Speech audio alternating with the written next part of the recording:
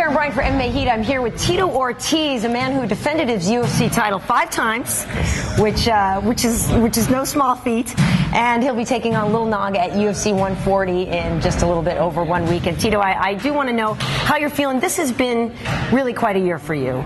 Ups and downs. So where's your head at right now, and how you feeling about this fight? You know, can't wait to get it over with. It's been a long year. It's been a really long year. You know, I put into my work. You know, physically, I feel good. You know, emotionally, I feel really good. I'm not the best shape I've ever been, but one of those things. Just it's been a long year, and I've been putting in the time as I possibly can of getting in the gym, sparring, wrestling. You know, I worked with a producer for doing for this fight, and it helped out a lot because he mimics Little Nog like no other.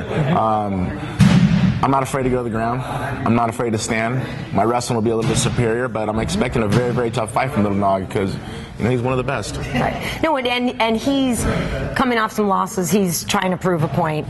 You're still proving points. That was a smart call, calling Fabricio. How did you pull that together? Actually, I worked with Fabricio a few times prior. When I was supposed to fight Little Nog the first time, actually, Fabricio is over at King's MMA with, what was it? Well, Hoffa's there, Babalu's there. Hoffa, there you go. Yeah, okay, right. Hoffa Cordero.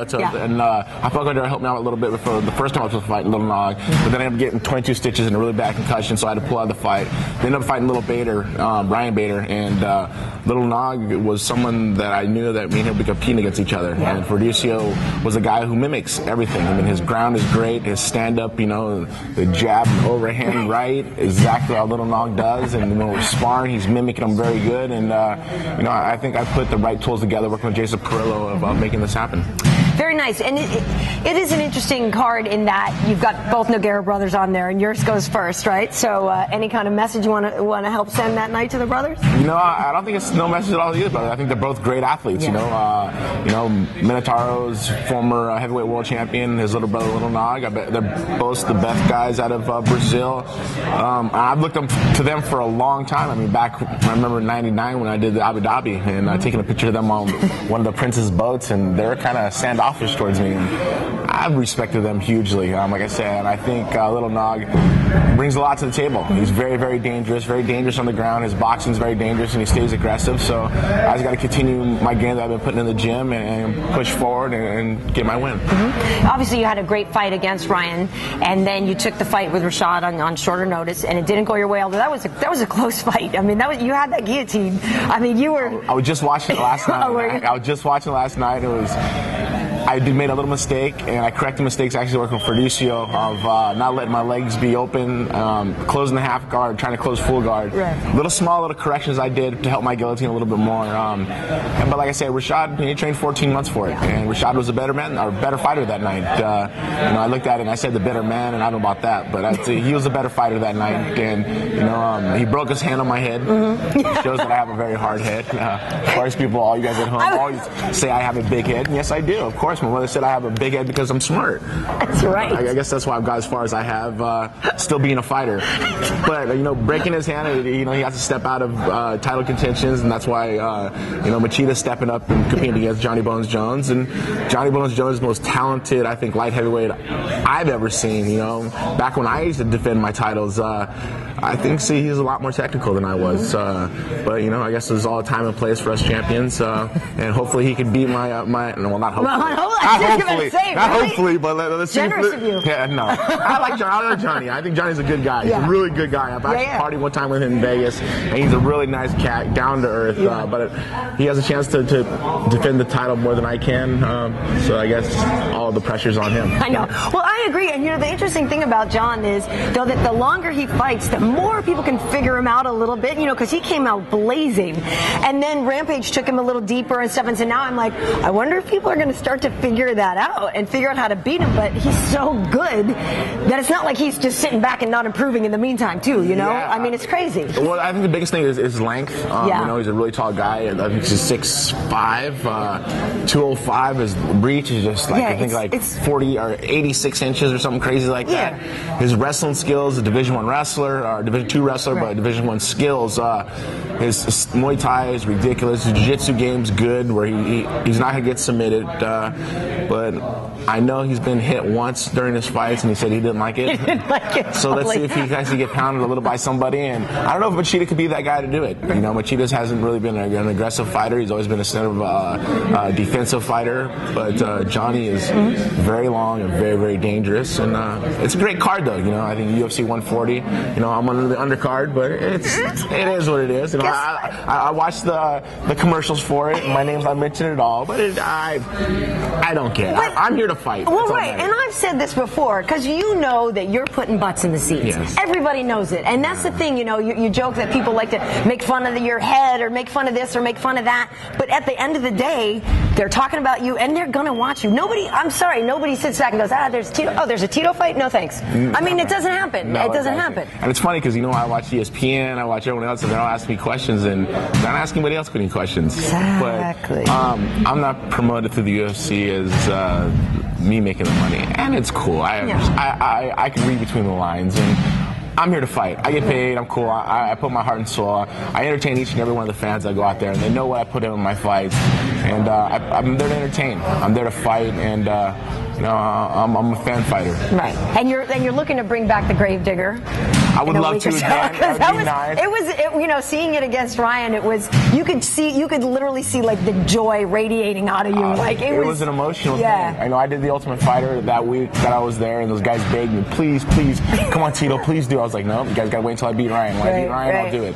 And when I did it, that was the first thing that popped in my head. I was like, oh yeah, I promised those guys that I would do it, and I did it. It was just.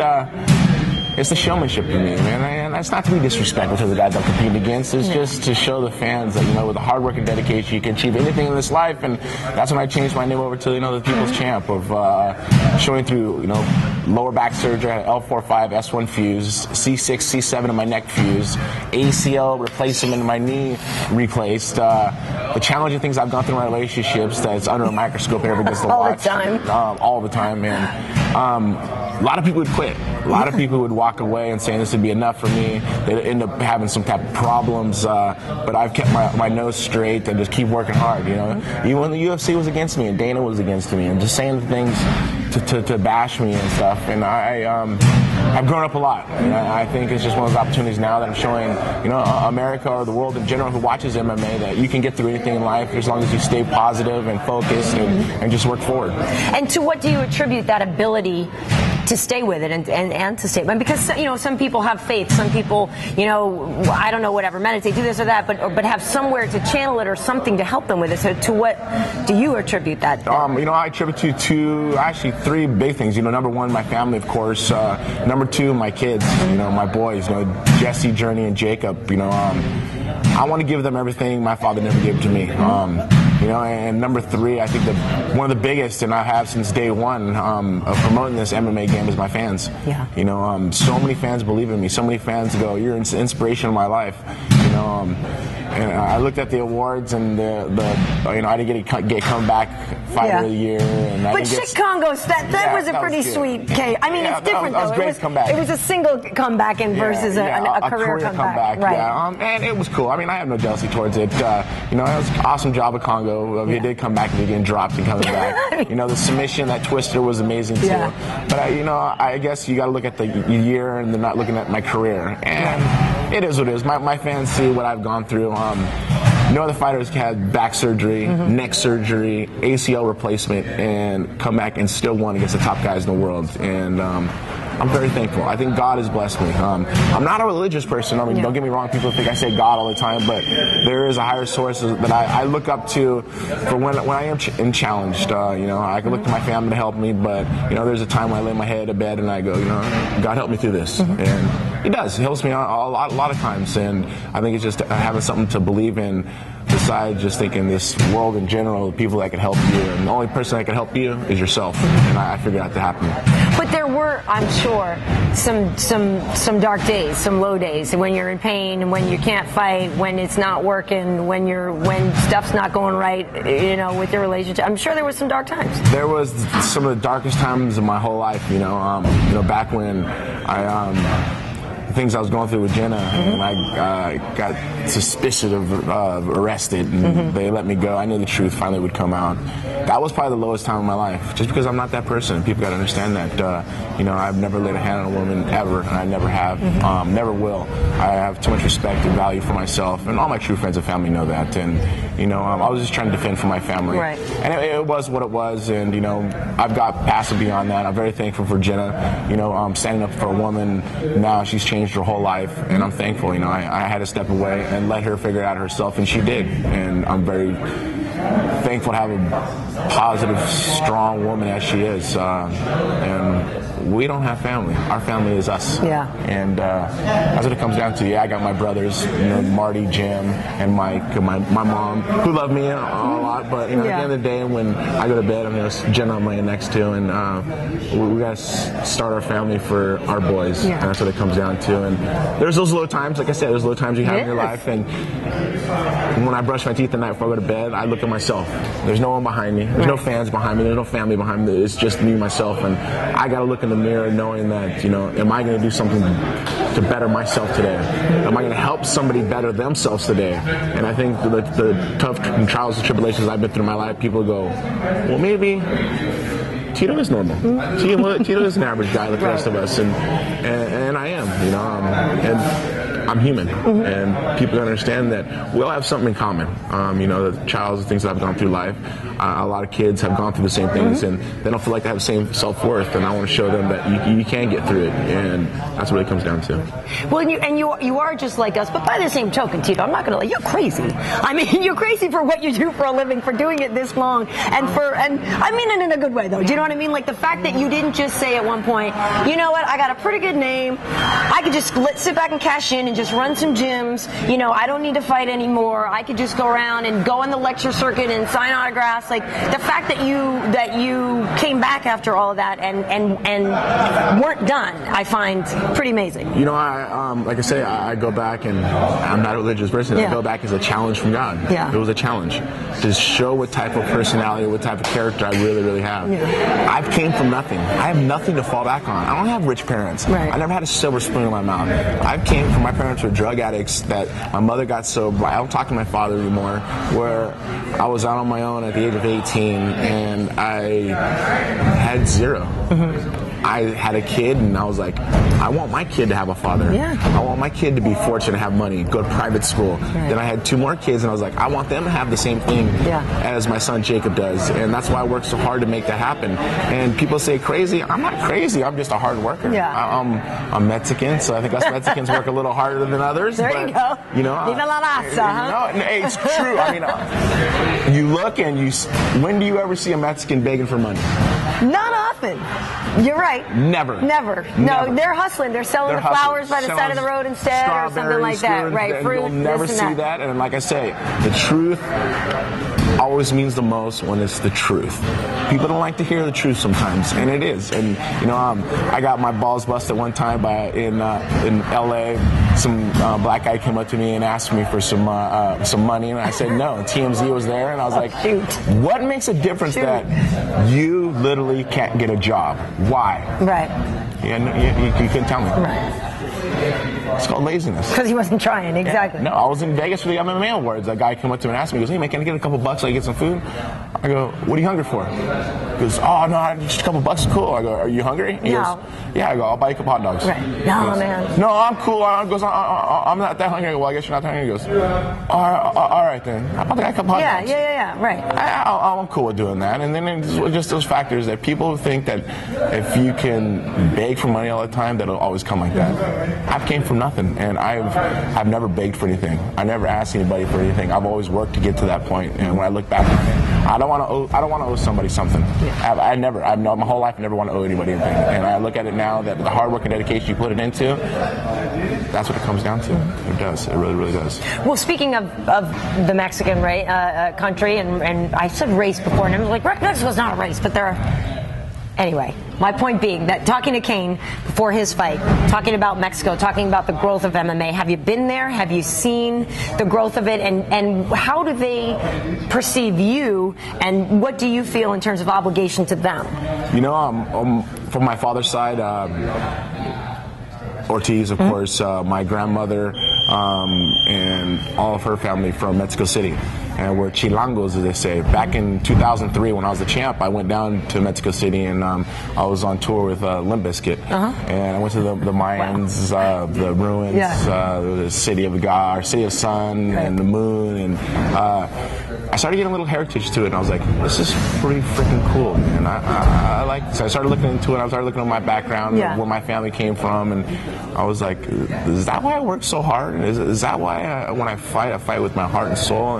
And that's when I came out with the Mexican flag, with my American flag. And I look at it, and the building of that, boxing is to a nil, where there's no longer around almost. I mean, you get a couple, maybe 1-2 good fights a year, and that's it. Marquez brothers keeping it alive for you. Yeah, Marquez brothers keeping it alive, you know. Margarito, you know, he keeps it alive. You know, Pacquiao. But that's it, you know, Mayweather a little bit. But there's no more heavyweights. I mean, I'm back in the Tyson days, and the Ali days. There's none of those anymore. But I look at it, MMA is taking over so much, and I think the Latino race, they really see as true fighters, as MMA fighters. Guys like Cain Velasquez, you know, who, you know, he lost his last match, but he says, I'm sorry. Don't say sorry. You came out and you fought as good as you can. You fought one of the best guys in the world, and you know, as long as you went out and you fought, because there's so many people that are afraid to step up and fight. And it's just one of those things that I look, and if I can make one little mark as Latin American kids that come up, you know, Mexican American kids, because there's so many now that are half and half, of showing that we got some self-worth and knowing that we can achieve a lot in life. And you know, sometimes you don't need a silver spoon in your mouth. Just work for it, and good things come to good people. And that probably makes the ride in the Bentley that much sweeter, right? Yeah, no, it does. No, I'm serious. Back in '93, and I saw Snoop Dogg with the Phantom, I was like, what do I got to do to get one of those things? 15 years later, nice. I got one. And then you wrecked it. But now insurance pays for it, so cool. I bought a house in the harbor. You know, actually, one of my friends who's here right now, Gabe Cotto, we fish all the time since I was like 14. And we used to fish in Huntington Harbor, and I'd be on the dock, and I'd be like, one day I'm gonna get a house here. One day. And he should look at me and goes, whatever, dude, bullshit, whatever. Okay. 2 years ago, I bought my first boat, and we went by that same dock, and he came fishing with me. I remember that one day we were sitting on that dock right there, and I told you I was going to get a house here. He goes, you remember that? I go, hell yeah, I never forgot it. And it feels like it's a self-fulfilling prophecy. When you believe in yourself so much that when it happens, it's like, okay, that was expected. I was expecting that to happen. I think God has blessed me with some great gifts, and I worked really hard. And I got to give a lot of thanks, you know, to Dana White and Lorenzo Fertitta for giving me the job of coming out and showing what type of person I am, not as a businessman, but as a fighter also. And lastly, I just want to touch on the fact that you've gotten rid of the Huntington Beach Bad Boy moniker, right? Going with the people's champ. But how bad were you when you were a bad boy? You know what I mean? I was really bad. Were you? Was it fun though? It was a lot of fun. It was a lot of fun, but I was a kid growing up, and I was learning from my mistakes. And I was learning from my mistakes, not no one else's at the time. And I said some things I probably shouldn't have said towards the fighters I was fighting. But I was trying to build a sport. I was trying to help build a sport, not build a sport. I was trying to help build a sport. And, you know, just getting the attention as I did for saying the things I did. You know, I watched Ali, I watched Tyson, and I just kind of followed a little bit of the footsteps of what they were doing. But I kept it original. I kept it, you know, real about a lot of things I was saying. And as I tell Chael Sonnen, if you say the truth, don't lie. Say the truth. And even if it's talking smack, you say the truth, it's going to mean more than anything at all. And he says some stuff that's the truth. And people just, I mean, at the MMA Awards, I was laughing so hard. He did the best job I've ever seen yet. He's just so natural. Just his timing's perfect. I like Chael. I think he's great for the sport. And, you know, like I say, the bad boy image that I had, it's time to grow up, you know. I'm going to be 37 years old here in January, and I think I've worked hard to get where I am. And when I leave this sport, I want my kids to look and go, yeah, my dad's the people's champ. He's done a lot for the sport. He's given back so much, and he's been an inspiration in people's life, and I want to be like him. And there's people who aren't even related to me, like, I want to be like him, and it's through the hard work, the dedication, the business savvy of everything, of marketing, so much stuff that I've done on my own. I never had anybody else teaching me. I didn't have a manager showing me these things to do, my publicist showing me things to do. I did them on my own, on the cuff of my own, of coming from, you know, I wear my heart on my sleeves.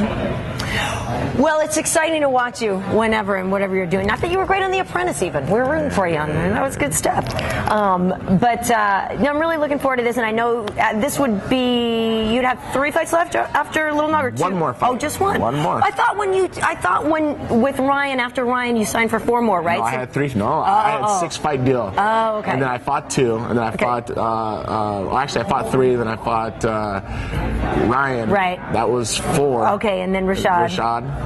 Okay. Or no, 5. And the Rashad was, this would be 6 going against Little Nog. And I have 1 more after. Oh, okay. What do I do after? I don't know. I don't know. Is it still like a burning desire to fight, or is it? Yeah. I don't know. Maybe it's time. I don't know. I guess when I leave on my own terms, and I look at it as, well, I don't have fun coming to the gym anymore, sparring and pushing myself and running every day. Maybe there's time to, not overstay my welcome. Well, because a lot of people said after Ryan, they were like, and done. Like, you should have just said, like, bam, I'm out of here. I mean, just because it was like a. My goal, my whole career was to do 15 years in MMA. May 30th will be my 15th year of fighting in the UFC and in MMA in general. I never fought anywhere else. I fought only UFC. I never fought in Pride. I never went and fought for anybody but UFC, and I'm the only fighter who has ever done that. Pretty cool. Anyone. And I look at it, Belfort, anyone.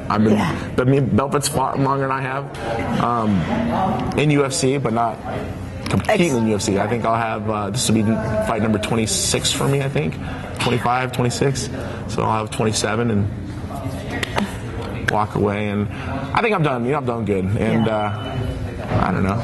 But you never know. You never know what Lorenzo and Dana comes to me with some numbers that make sense to me. I'm healthy. I don't want to have another surgery in my neck or my back anymore. And my doctor says after surgery you'll get 3 years, and after that you may have to have surgery again and keep doing the banging because this wrestling. Is it worth it not be able to run with my kids and wrestle with my kids or throw football with my kids when they get older? And $1 million ain't worth it. No. Yeah, you have 3 boys. They need you to be able to.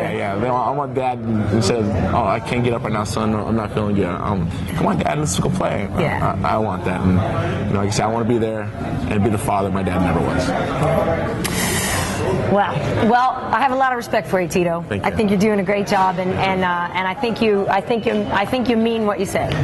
I do. Since my beginning of my career, I've always meant what I say, and there's a couple of things that I did say that I made mistakes, but you learn from mistakes, and as we mature, and it's not human if you don't do mistakes you don't learn from, and I'm human.